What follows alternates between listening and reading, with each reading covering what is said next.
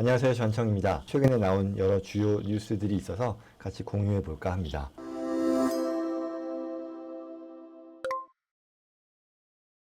첫 번째로 이 캘리포니아 인플레이션 릴리프 펀드라고 하는 게 지금 몇 차례 뉴스에서 다뤄지고 있는데요. 이에 대해 질문 많이 받고 있습니다. 간단히 살펴보면 이게 인플레이션 지원금인 거죠. 각 캘리포니아 주민들에게 일정 소득에 따라서 얼마씩의 지원금을 주겠다라는 건데요. 뭐 인플레이션, 그렇죠? 뭐 또 게다가 고유가, 경기 침체 등으로 인해 뭐 지갑이 얇아진다라고 하잖아요. 그래서 한 푼이라도 아쉬운 이런 가주민들을 위해서 주정부 차원의 어떤 지원금 지급 방침이 확정됐다는 그런 뉴스였죠. 그래서 누가 자격을 갖추고 있고 언제 이렇게 페이가 되는 건지 얼마가 페이가 되는 건지 이에 대한 질문입니다. 그래서 하나하나 살펴보시죠. 자격 요건에 대해서는요. 먼저 2020년도에 세무신고를 했었어야 된다는 거죠. 연장 감안해서 21년도에 신고를 반드시 한 사람들이어야 된다는 거죠. 그래서 신고를 안 한 사람들 뭐 아쉽지만 예를 들어 실수를 안 한 것도 있지만 실제 소득이 얼마 되지 않아서 굉장히 저소득층이겠죠. 그런 분들은 합법적으로 신고를 안 한 건데도 불구하고 이에 따르면 좀 불이익을 보는 거 아니냐라는 그런 비판의 목소리들도 많이 있는데 어쨌거나 지금 상황에서는요. 자격 요건으로서 20년도에 세무신고를 21년도 10월 15일까지 한 사람들의 한해 자격이 되는 것이고요. 그리고 캘리포니아 기준 AGI라고 하죠. Adjusted Gross Income인데요. 이 금액에 따라서 지급되는 금액이 차이가 납니다. 그건 뒤이어 살펴보겠습니다. 그리고 세 번째로 이 2020년도에 최소한 6개월 이상의 캘리포니아 거주자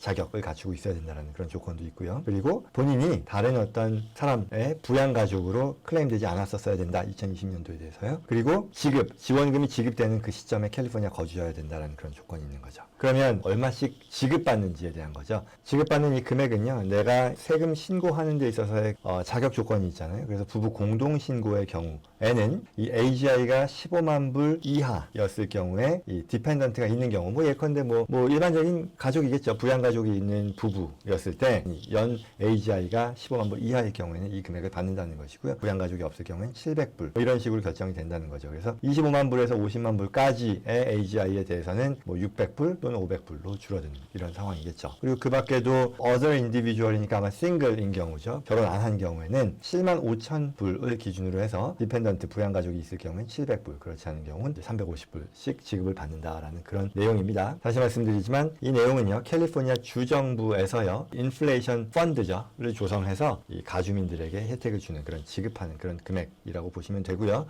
자격 요건 방금 말씀드린 그런 내용이었습니다. 그래서 언제 지급되느냐 또한 궁금한 사항인데 10월 달부터 지급이 되고요. 10월부터 내년도 1월에 걸쳐서 순차적으로 지급될 거라고 하네요. 그리고 아직 그 지급 받을 수 있는 정확한 날짜 그리고 누가 우선되는지에 대한 정확한 가이드라인은 안 나왔지만 적어도 지난달 말에 이와 같은 지급 방침은 확정됐다고 하니까요. 가뭄의 단비 같은 소식이라 할 수 있겠죠. 그래서 이게 지원금이 나오는 이유는 뭐 앞서 말씀드린 것처럼 지난달 말이었었죠. 전체 이 3,080억 정도에 달하는 이 가주 예산안을 이제 통과시켰는데 그리고 서명을 했는데 여기에 그 포함된 내용이었다는 거죠. 그래서 이 아마도 세금 납세자들의 이 기존 세금 납부 방식에 따라서 은행 정보를 보통 이제 제공하잖아요. 여기에 디파짓이 되거나 아니면 몇몇 경우에는 뭐 데비카드의 형태로 지급될 수도 있다라고 하네요. 뭐 좋은 소식인 것 같습니다.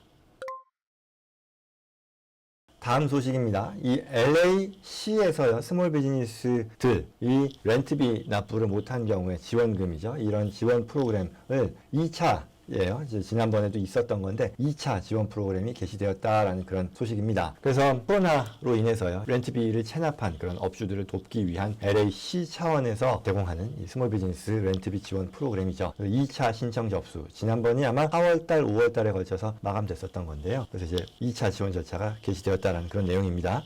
이 프로그램의 수혜 대상자로 선정이 되면 2,500불에서 15,000불까지를 지원받을 수 있는 것이고요. 그리고 지원금은 이 2020년 3월이죠. 그러니까 코비드가 시작된 그 시기부터 발생한 렌트비 체납에 대해서 그 상환을 위해 사용될 수 있다는 그런 내용입니다. 그리고요, 이 라운드 1에서 지원했는데 선택되지 않은 업체들은요, 라운드 2에 지원할 수 없다라는 게 특이할 만한 사항이겠습니다. 그리고 지원 개시는 이제 개시가 됐어요. 10월 20일 밤까지니까요. 자격이 되시는 분들은 늦지 않게 서둘러서 지원 시작하셔야 될 것 같습니다. 대상에 대해서 좀 더 구체적으로 살펴보면은요. 앞서 말씀드린 것처럼 첫 번째 라운드에서 신청했다가 선택되지 않은 그런 업주들은 두 번째 라운드에는 지원할 수 없다라는 것이고요. 그리고 영리 목적의 기업을 LA 시티 내에서 운영해야 된다는 것이고요. 그리고 액티브한 이 비즈니스 라이센스죠. BTRC, Business Tax Registration Certificate을 받은 그런 업체여야 되고요. 그리고 실제 2020년 3월부터는 오퍼레이션을 하고 있는 그런 중에 있었어야 된다는 것이고, 중요한 것으로서 또 레비뉴 조건이 있어요.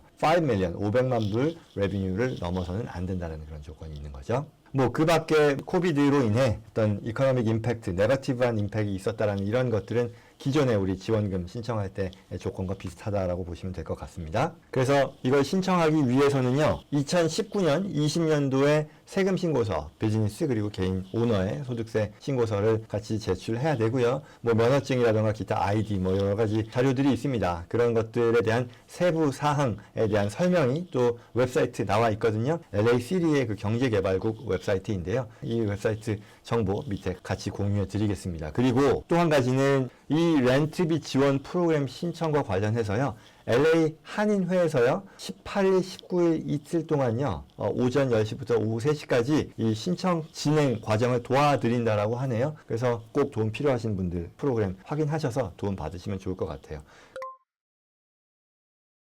다음 뉴스는요, 민주당의 우세 지역이죠. 미국의 이 주들 중에서 뭐 레드 스테이트, 뭐 블루 스테이트라고 하는데, 민주당 우세 지역에 거주하는 주민들이요, 이 경제 회복이 빠른 이 공화당 우세 지역으로 옮겨간다라는 재밌는 그런 기사가 있어서 공유합니다. 이제 미국 국민들 그리고 또 기업들이요, 팬데믹 이후에 굉장히 이제 성장이 빠른 그런 지원도 잘 되는 이런 주들이 주로 이 레드 스테이트, 공화당 우세 지역이라고 하는데, 이쪽으로 대거 몰리고 있다라는 그런 얘기입니다. 그래서 Republican led states are winning in economic recovery from COVID 뭐 하고요. 그 다음에 Democrat states에서 fleeing 뭐 도망간다라는 그런 얘기인데요. 구체적인 기사의 내용은요, 대략 한 15개 주, 그러니까 가장 많이 성장하고 있는 15개 주를 뽑아봤는데, 이 중에 11개 주가 공화당 우세 지역이라고 하고요. 말하자면 경제 발전이 더디고 감소하는 그런 지역이 또 10곳을 뽑았는데 그 중에 8곳이 민주당 우세 지역으로 조사되었다라고 하네요. 그래서 말하자면 이제 코비드 이후의 경제 회복 이런 것을 이 레드 스테이트이 주도하고 있다라고 하면서 기업들 그리고 이주민들을 대거 끌어들인다는 그런 내용인데요. 구체적으로는요, 가장 이와 같은 성과를 보이고 있는 주들로서 플로리다가 선두를 달리고 있고, 그 다음에 텍사스,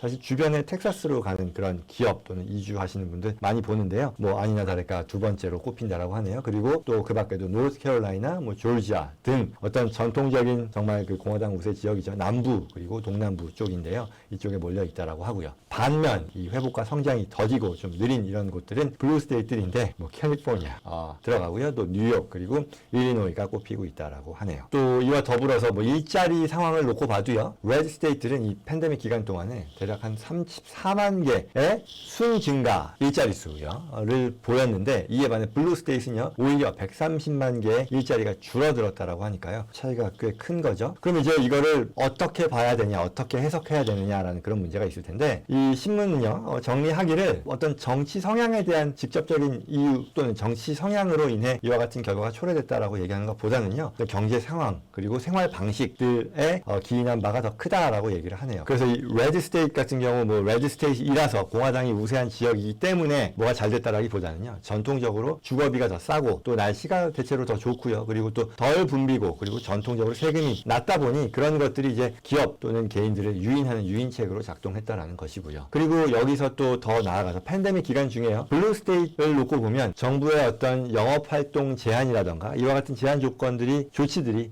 많이 시행되다 보니까 이걸 피해서 이제 기업들이 줄을 옮겼다라는 그런 분석 기사라는 거죠. 그래서 이게 이와 같은 상황이 이제 조만간 중간 선거를 앞두고 있죠. 노벰버 중간 선거를 앞두고 있는데, 이게 정치 지형에 또 영향을 미칠지에 대한 또 관심도 집중되고 있다는 그런 내용이었습니다. 뭐 흥미로운 기사라 하겠네요. 네, 이상 오늘 준비된 소식이었습니다. 도움되었길 바라고요. 저는 또 다음 시간에 뵙겠습니다. 고맙습니다.